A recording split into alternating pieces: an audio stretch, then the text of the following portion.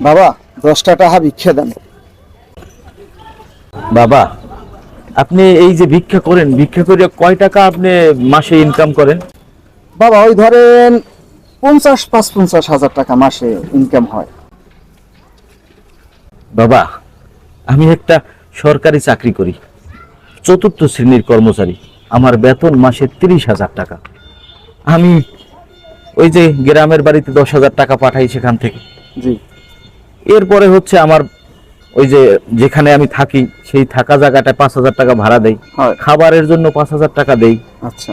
আমার ওই 3 ছেলের বাবা, আমি 3 ছেলের জন্য লেখাপড়ার জন্য আমি 5,000 টাকা থেকে 6,000 টাকা তাদের ওই লেখাপড়া মানে প্রাইভেটের খরচ দেই। এরপরে বাকি থাকে আর কত? তো বাকি থাকলো 60,000 টাকা।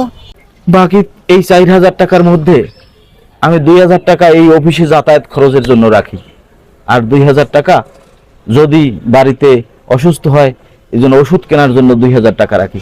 এখন আর বাকি থাকলো কত বলুন তো বাবা, বলুন।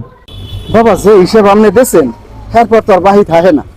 বাবা, তাহলে আপনি চিন্তা করে দেখেন, আপনার চেয়ে কে গরিব মানুষ, এখন চিন্তা করে দেখেন কি অবস্থা আমাদের। বাবা আপনার যে করুণ কাহিনী শুনলাম সবকিছু দিয়ে হলে তার আপনার হাতে কিছু থাকলো না। তাহলে কাজ করেন বাবা, আমার আজকে সারাদিনের ইনকাম এই 700 টাকা, আমি 500 টাকা আপনারে না থাক এই 700 টাকাই আপনার আমি না হাত না খরচ বাবা, দিলাম। না, আপনি না না আপনি এই কাজটা করেন না না, বাবা। রাখেন রাখেন, এই কাজটা করেন আমি না তো বাবা। খুশি হয়ে দিছি না বাবা। না রাখেন। না না, এই কাজটা করেন না। আমি খুশি হয়ে দিছি বাবা, আপনি রাখেন। এই কাজটা কেন করলেন বাবা? রাখেন বাবা, রাখেন। কেন করলেন? কাজে লাগবে, রাখেন।